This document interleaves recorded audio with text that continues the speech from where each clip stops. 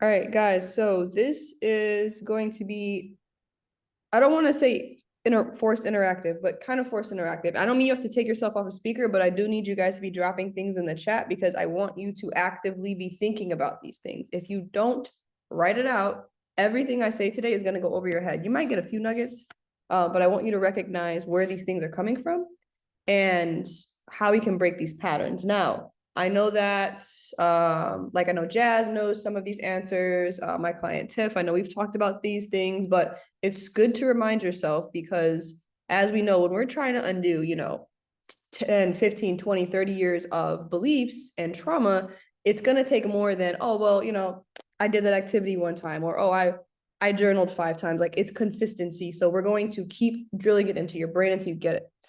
So please be ready to interact. Now let me get my presentation up and we will start.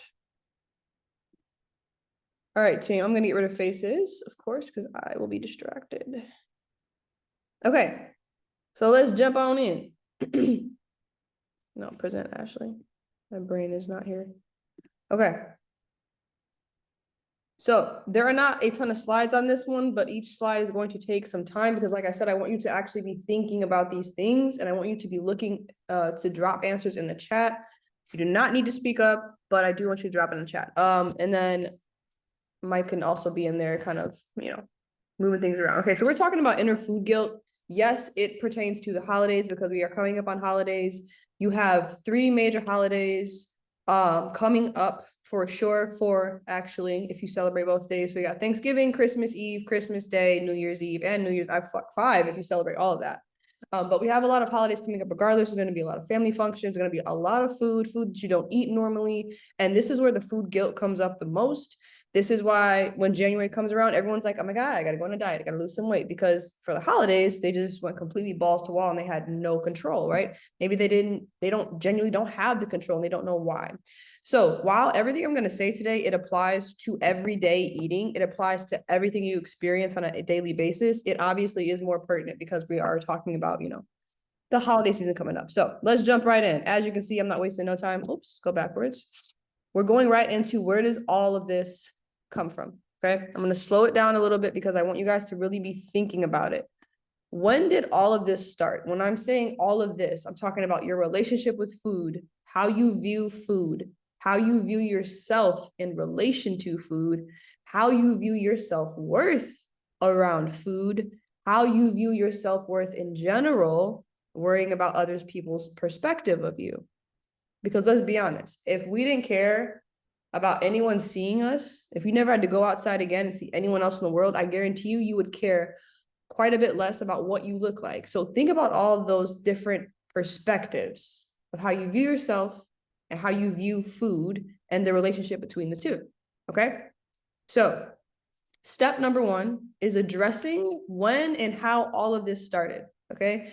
Yes, I'm going to get into tactical shit about how you can implement things for the holidays. I'm going to get to that.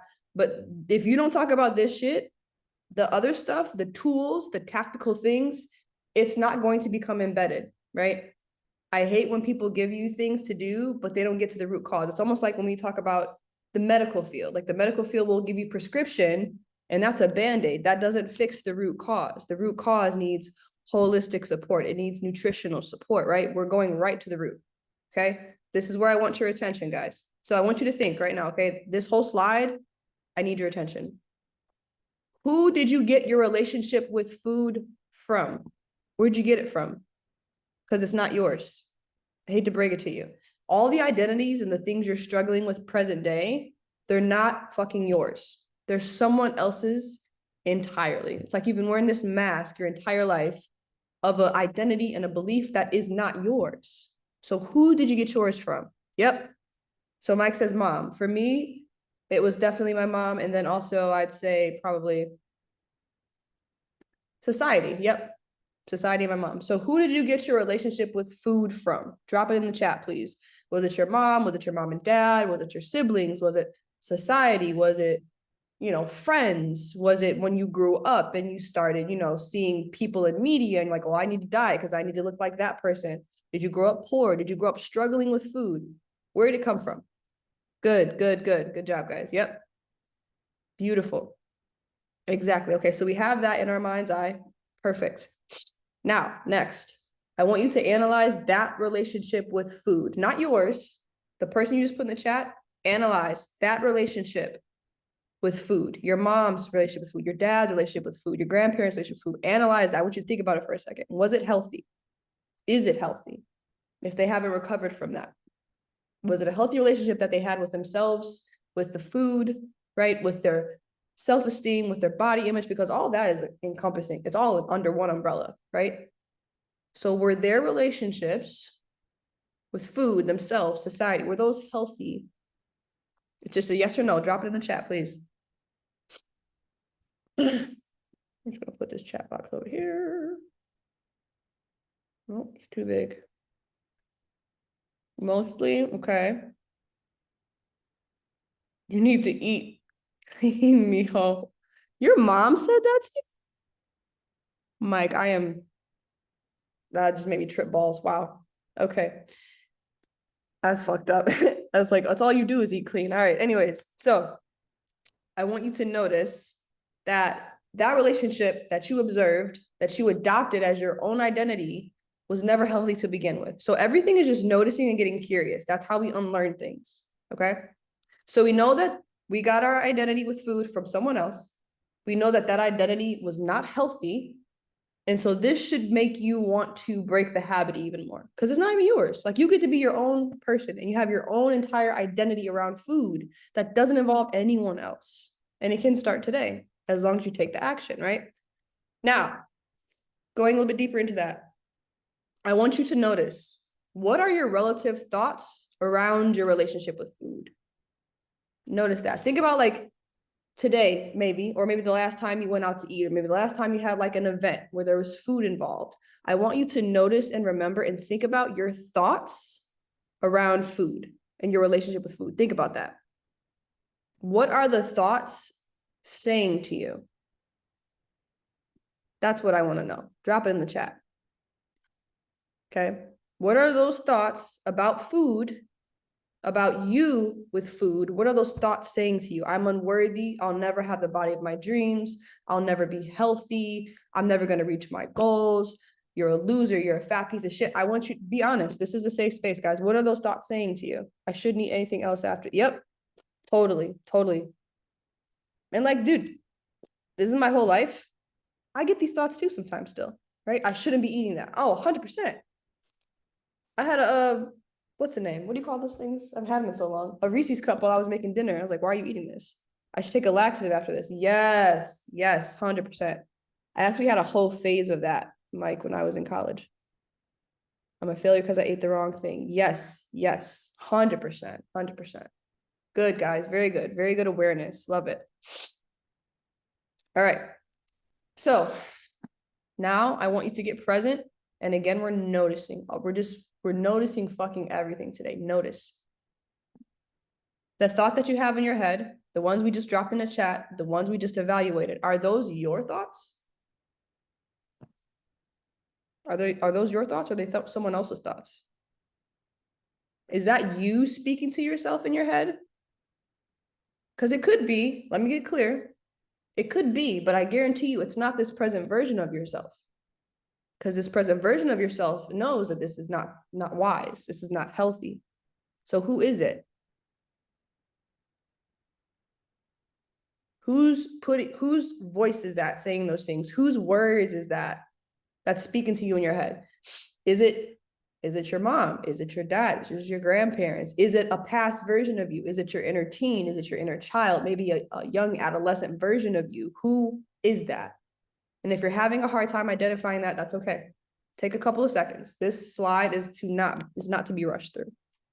But I want you to notice who's actually talking to you. I'm going to share my my experience around this on the next slide, I believe. So I want you to, once you have it, drop it in the chat. Is it you that's actually saying those negative things to you in your head? And if it is you, what version of you is it? And if it's not you, who is it? Someone else's relationship with food. If you don't know, that is fine. You can just put in chat, I don't know. Give me an IDK. That is totally fine. There's no wrong answers here.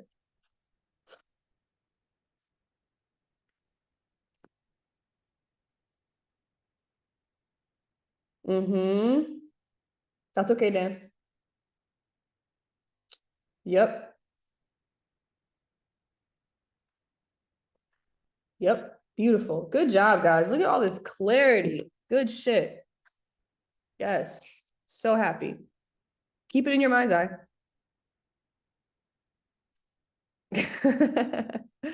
Tiff, I do that all the time. You're good. All right, keep that in your mind's eye.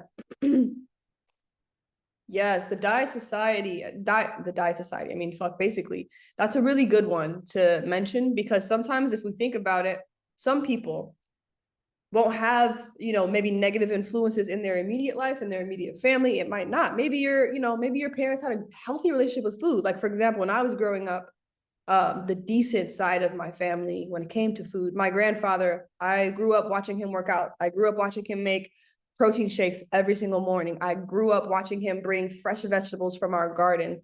So he didn't wound me in that way. But what happened is once I hit puberty, started to develop more, right? Hormones change, body change. So what happened? I'm looking at everyone else. I'm looking at society. I'm looking at my friends that are smaller than me. I'm looking at my friends who have more curves than me. I'm looking at the TV and these unrealistic expectations of what beauty is, of what being sexy is, because that can fuck you up too. Just as bad, if not worse, than having it right in your face from a family member. So just be aware of all of that. Okay. So, all right, you already talked about that. Visualize who it is clearly. So we have who it is. Hold that in your mind's eye. We're going to go to the next slide. All right, so I'm going to give you guys a little bit of my background and how it really affected me the most and how I kind of started to unlearn it. There were a lot of different moving parts to me overcoming that relationship with food. Just for reference, guys, I don't think I put it in here. I don't think I did. But I had a binge eating disorder for about 10 years, probably. And I didn't recognize what it was until the last show I ever did. I did a bikini show. The last show I ever did, I don't know if I've actually shared it with this group before, but I'm going to share it with you guys. This was a while ago. I think I was like maybe 25 when I did maybe 24 when I did my very last show. And leading up to it, like peak week, I looked fucking amazing. This was the best show I had ever done in my life. I looked great. I had put on muscle. It was beautiful. It was a good time. And what ended up happening was that the day before the show, my coach told me to go, buy the pump up goodies and all that shit. I don't know what they do these days because I haven't competed in years, but she's like, go buy a couple of Reese cups and make sure you have extra water, obviously. So what do you not do when someone has a binge eating disorder and they've been starving for the last 5 months and they have to get on stage tomorrow? You don't tell them to go get Reese's cups, but obviously she didn't know I had an eating disorder. So I went and bought the Reese's cups and I ate the entire pack. The entire pack had about, I think, like 8 to 10 Reese's cups in it. And I did not drink my water because I was already bloated and I felt disgusting. And guys, I woke up the next morning and I looked about 15 pounds heavier. Granted, it was water retention, but I woke up 15 pounds heavier on the scale and in the mirror, and I looked horrible. And then I got to the show and I saw my class, right? There's different classes for these groups that you compete in when you're doing a bodybuilding competition. I looked at my class and I said, wow, if I wouldn't have completely sabotaged myself the day before by fucking up and binge eating on these Reese cups, I would have won my show, guys. Because the classes were small. There were about 7 girls in my class. I would have won. And I lost because of a binge eating disorder that was controlling me. And I had no idea how severe it was until that day. And after that, I stopped competing. I stopped dieting for a long time. I went to therapy for my eating disorder and things started to change. So I just want you guys to know, like, it is fully possible, even if your relationship with food is not that bad, which is fine. It is fully possible. It's very possible for you to fully recover. Now, I have a great relationship with food. Do those thoughts still come in? Of course they do. Triggers never go away, no matter what society tells you. But I know how to deal with them now, right? That is the difference. It's all good, Tiff. Shit happens. And that's just how it is. All right, so that's when I fully discovered it. Now, when I was working on recovering and healing my eating disorder, my therapist gave me really good insight. And she asked me, when you're in those moments, when you start to binge, or when you start obsessing over food, let's not use the word binge because not everyone deals with that. And you start obsessing over food and you allow yourself to succumb to that and you're shoveling food down your throat, right? Or treating yourself like shit. Who's actually treating you like that? Is it you? And I said, well, I mean, of course it's me. I'm the one putting the food in my mouth. She's like, no, but think in your brain, who used to treat you like that when you were younger? Who put that relationship with food on you? And I said, oh shit, it's my mom. Sandy's my mom, by the way. I put Sandy in there. I don't call her mom. It's like, it's my mom. So this is, I give you all this backstory because I want you to understand when those voices come in your head and they're like, you're gonna be fat forever. Why the fuck are you eating this? What's wrong with you? You're so stupid. You need to eat a salad. You need to starve yourself. Notice who's actually saying that to you. Because it's not this present version of you. It's someone else that gave you that identity, or it's a past wounded version of you that's saying it. It's not you with this clarity and this awareness. So I want you to notice that. The next time the thoughts pop in, say, oh shit, I'm not talking to myself negatively. My mom is, or my dad is. And having that clarity allows you to take control back, because when we have a problem with eating, whether it's overeating or undereating, when you have a problem with eating, it's lack of control. And you don't get control back. You do not get to pull the reins back until you clearly identify why you were out of control to begin with. So I know like I sound like a broken record, but this shit's so pertinent for you to understand that this is why we struggle with our relationship with food. It's because you don't have control. And it's not that you and your heart don't have the control. It's that someone took it away from you years ago. And until you identify that and become very clear on it, you will not recover. It's going to take fucking forever. So something to sit on there. All right. So like I was saying before, like that relationship that you carry with food, it's not yours.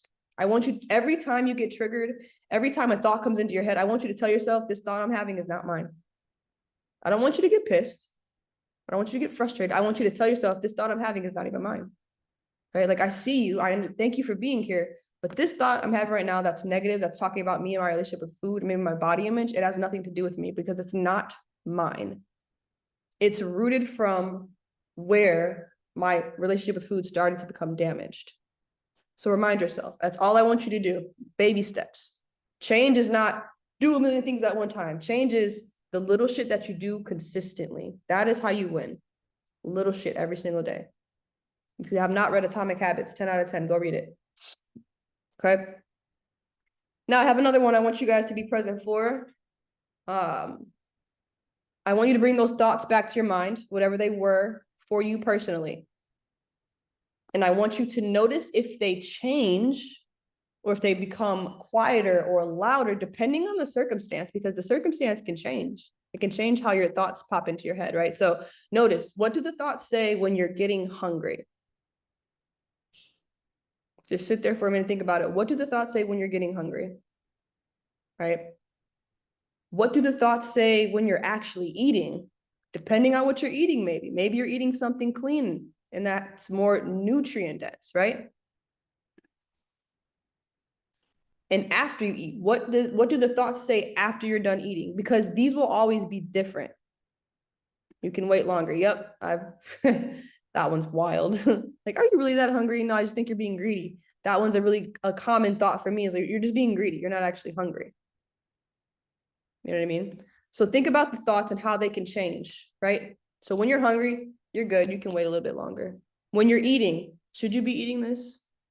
Or do you have enough protein, or you didn't even have a vegetable? What's wrong with you? You know better than that. What's your problem? Did you drink water while you were eating? Did you stop? Did you pause? Don't eat that. You're going to be bloated. The minute you start to feel full in your belly, or you start to feel a little bit bloated, then what thoughts come in? Because that's a whole different whirlwind of bullshit. You have a food baby, which is perfectly normal. There's food babies and then there's severe bloating. I'm not talking about that. A normal, healthy food baby after you eat. What are the thoughts that come in? Let me suck my stomach in, maybe, right? Let me put on a hoodie or a baggy t-shirt. Let me rest my arms across my belly so no one sees it. Or maybe I just won't have dinner tonight. Or maybe I'll just do some extra cardio tomorrow. What are those thoughts yelling at you?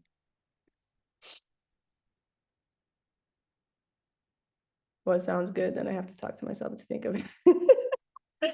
That's totally fine, Tip. Everyone's got the different thoughts. That's why this is all noticing. That's it. It's just awareness. because everyone's going to be different depending on what it is and depending on how long you've struggled with the things as well. All right. So I want you to notice something else. Okay. How do those thoughts change when you're eating more nutrient dense, low calorie, healthy foods versus eating less nutrient dense and higher calorie, unhealthy foods? What thought pattern changes? Like, how does it change when you're eating healthy and clean versus eating unhealthy or maybe overeating? How do the thoughts change? Why do they change? Drop it in the chat. Maybe I won't be hungry anymore. Is our bloating to do? Yep. Do I need to poop? For 100%, 100%. Always. If I poop, it'll go away. Yeah. Healthy, I expect to see the result on the scale the next day. Ah, so when we're eating healthy, Dan, it's like instant gratification. I need to see this immediately. Yep. Also, part of a unhealthy thought pattern as well. What else you guys got? When you're eating healthy, what is the thought? When you're eating unhealthy, what is the thought? We'll not be clicking the next slide, so you drop it in the chat. For me, when I eat unhealthy, I think my biggest thought is, do you deserve to do that? It's like a worth game for me in my brain, right? Do you deserve to do that? Right? Like, couldn't you afford to lose a few pounds? Why are you eating that? It's a worth thing. For me personally, it's a worth thing. I want you to identify, what is it for you? I'll regret it tomorrow when I step on the scale. Yep. So there's either instant gratification, Dan, or there's immediate guilt, regret. While I'm eating, I'm loving it. Whether the food is bad, food or healthy, it's after I'm done. Yep.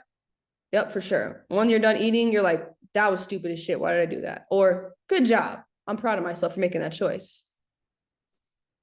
Will this fuck up my stomach? I'll take a pill and it'll be okay. Yep. See, like, just noticing all the crazy toxic bullshit that goes on in our head that has nothing to do with us. Not even yours. Never been your identity at all. All right. Let us jump into some tips.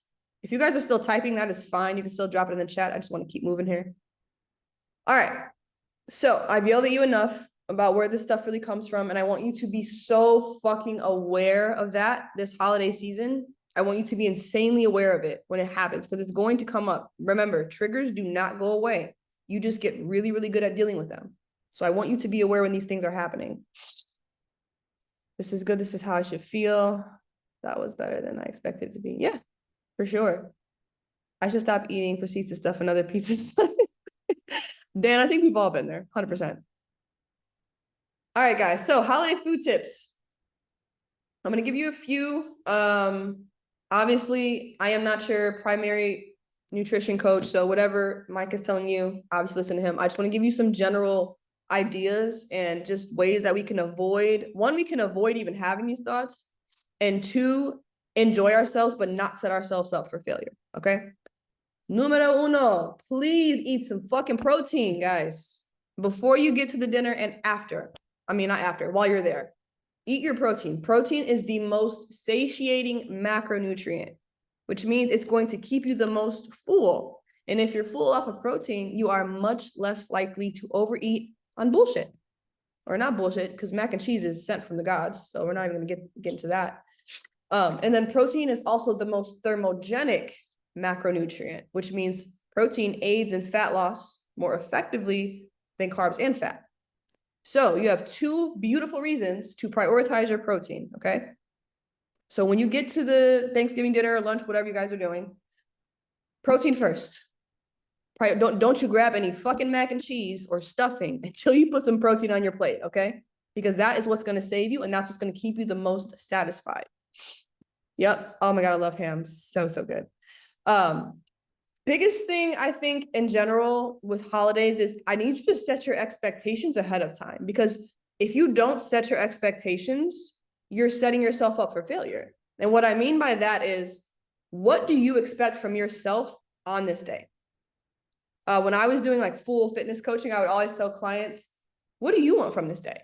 Because if you are on an active fat loss journey, but you want to enjoy yourself and indulge a little bit, I'm not your mother. I'm your coach. I can guide you, but I'm also not going to keep you from something because one meal is not going to ruin all of your progress. So set your expectations. Do you want to enjoy a little bit, but still stay on track for the most part? Beautiful. Know that in your mind. Let your coach know, right? Do you want to, maybe you've been like super good for the last few months, like, I just want to say fucking and just fully enjoy myself. Great. But set the expectation so that the next day you're not like, oh my God, I'm an idiot. Why did I do that? I'm such a fat bitch. You avoid all of that by setting expectations, which is what people 9 times out of 10 do not even do. Yeah, open up your mouth, talk, spread the word, literally. All right. And maybe you're like, hey, I would really like to stay on track, with the holidays coming up because I have a goal I want to reach at a particular time. Ask your fucking coach, how do I navigate that? Right? How do I navigate that? I'm not saying you have to go as far as bringing your own food to Thanksgiving dinner, unless you're like on prep or something, but you can still easily make very, very clean choices at Thanksgiving dinner. Very easily. It's just what you're choosing, to be honest with you. It's not hard. I've been doing this for over a decade. It's really easy. But set your expectations up before you go into the dinner. And if you do that, the stress is just going to drop significantly because now you know what to expect. But if you don't know what to expect, hell yeah, of course you're going to be stressed. Duh. Okay. Another good one. I just talked about this today. 1 plate rule. All right. If you're house hopping, this is a little bit harder. If I'm house hopping, I never have a full meal at any house I go to. Like at the first house, I'll prioritize getting in some protein and like some maybe like lower fat carbs. The next house, maybe I'll just do some appetizers. And then the last house, maybe I'll have like a dessert if I want that, you know what I mean? But I'm not going to go balls to the wall at each house because yes, I'm going to feel like shit the next day. Why would I do that to myself? Now, if you're only going to one house, 1 plate rule. Okay, you get 1 plate, you can load that bitch up, whatever, but it's 1 plate only. Prioritize your protein, get your carbs and your fats in there. If you stick to 1 plate of food, guys, I promise you, you're going to do a lot less damage, and you're going to be satisfied.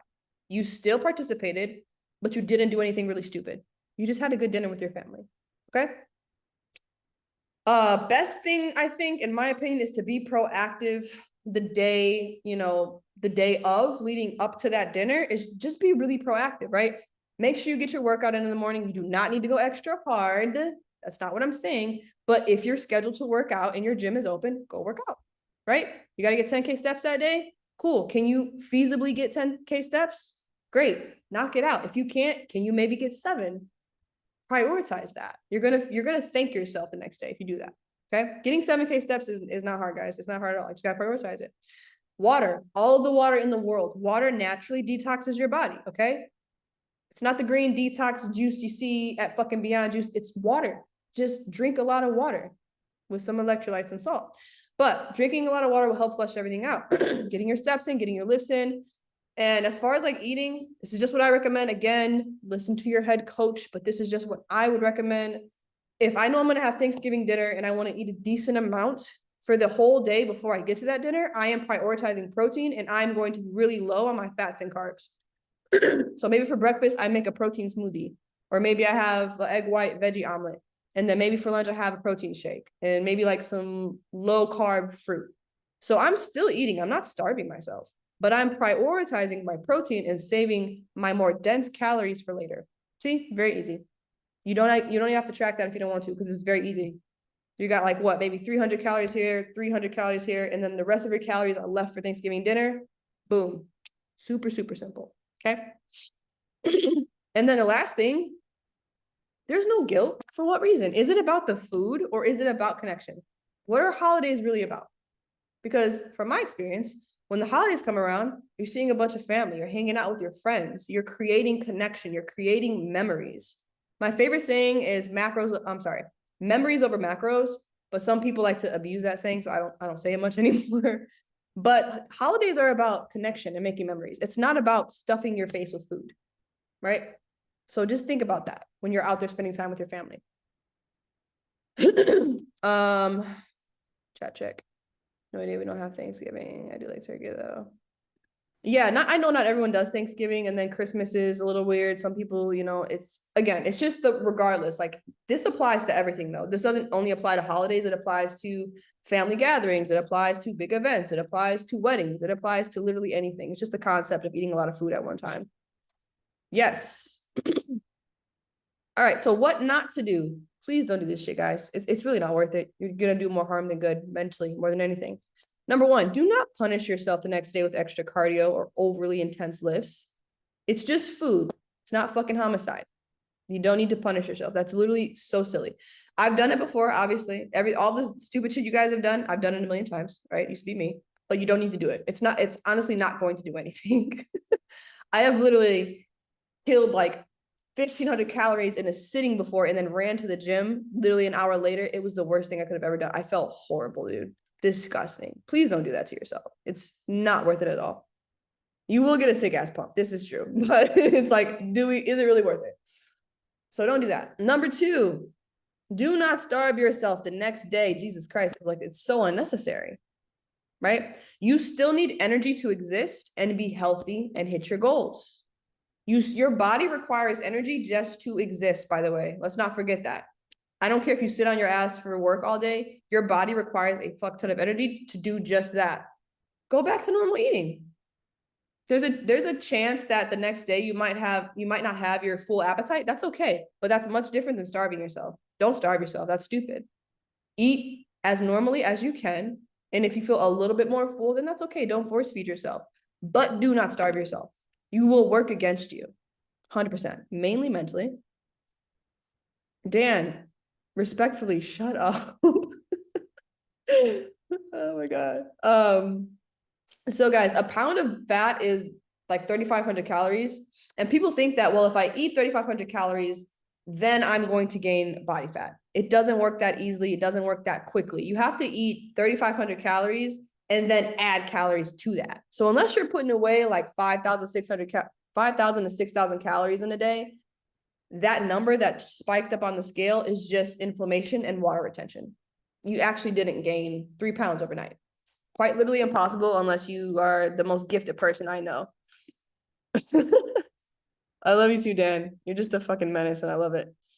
So unless you're literally eating like 5,000 to 6,000 calories on Thanksgiving or any holiday or any event, please don't stress yourself. It's just water weight. It will come off in a matter of days. So don't worry about it. That's why drinking a lot of extra water is going to be your best friend in these situations. Okay. So all the water you can muster up, please add some electrolytes and sodium to that shit. Water alone is not enough to hydrate.